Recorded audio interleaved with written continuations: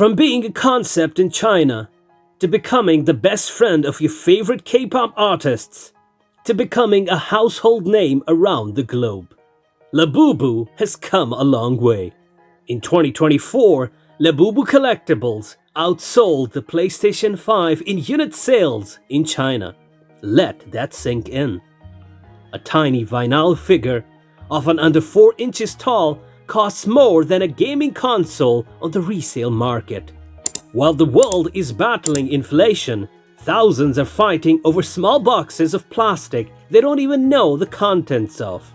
This is not just a toy, this is a psychological operation. And yes, we are not against it by any means, we'll just try to study the psychology behind this craze. Look at that! 200 of them went on sale at 10 a.m. They were sold out in seconds. Some Labubus.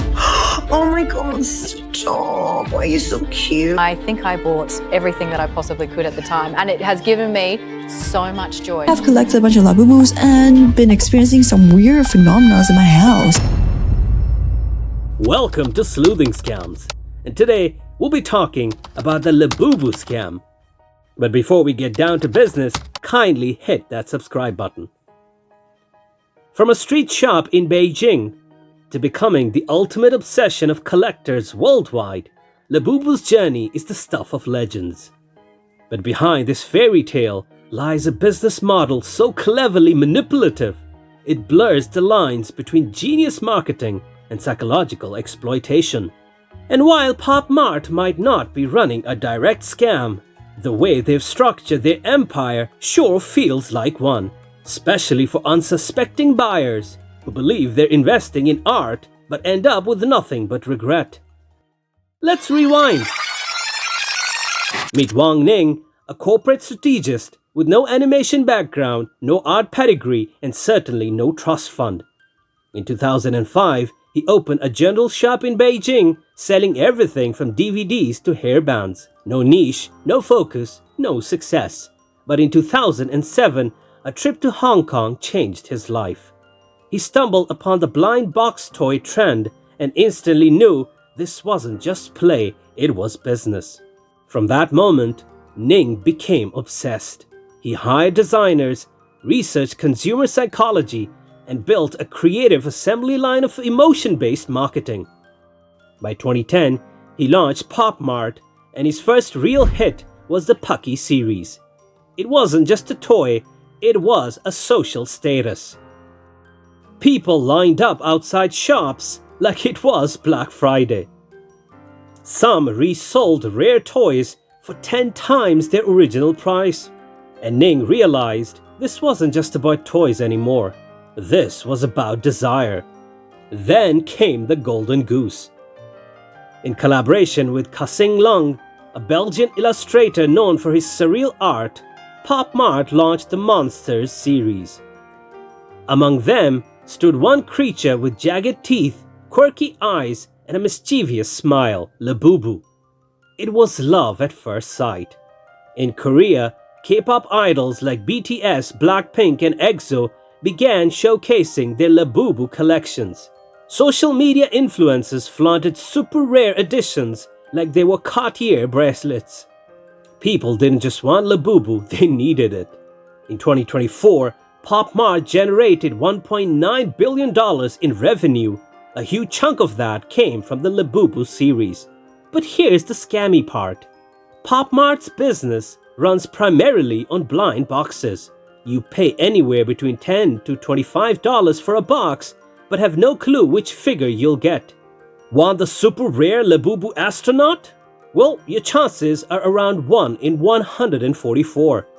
You might end up spending hundreds of dollars just to get that one rare piece, or worse, get stuck with 10 duplicates.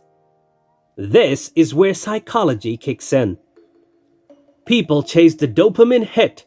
They keep buying more boxes, hoping for the jackpot. But statistically, it's a trap. Just like slot machines at a casino. According to industry reports, Pop Mart's average production cost per toy is under $2.5. Retail price? $10 to $25. Resale price for rare editions? Up to $3,000. So who wins? Pop Mart and resellers. Who loses? Collectors and casual fans. Labubu isn't just a toy anymore, it's a cult. There are entire online communities analyzing box weights to predict what's inside. Some even X-ray the boxes. In Hong Kong and South Korea, underground stores now rig the boxes, offering fake rares at higher prices. Pop Mart hosts exhibitions that charge entrance fees. They gamify purchases with point systems. They create limited editions and event exclusives, only available for a few days or at specific locations, creating artificial scarcity and feeding FOMO. Collectors now treat Labubu like cryptocurrency, hoping their box turns into a windfall. But unlike stocks or coins, there's no intrinsic value. If the hype ends, the value crashes overnight.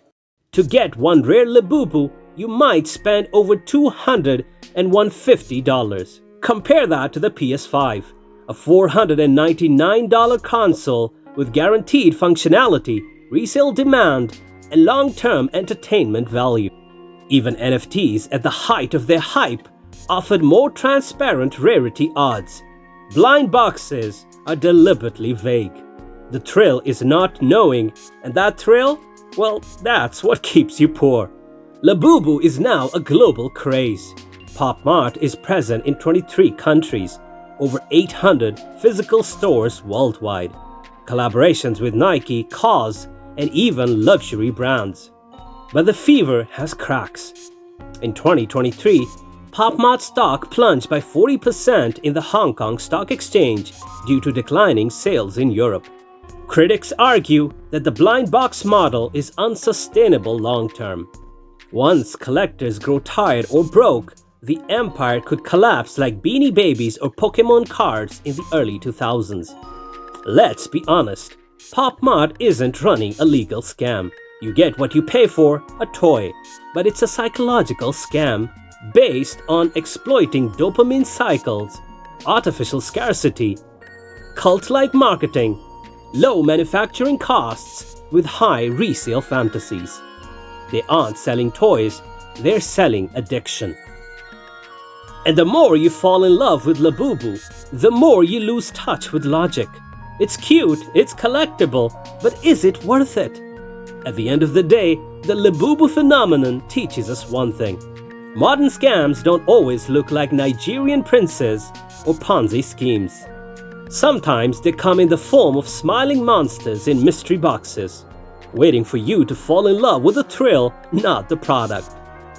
And while Pop Mart may not be breaking any laws, it's mastering the art of emotional manipulation. The hype, the exclusivity, the blind box gamble, it's all engineered to keep you spending. What starts as harmless fun quickly spirals into addiction disguised as collecting. So next time you reach for that cute little box, ask yourself, are you buying a toy or feeding a system designed to exploit your excitement?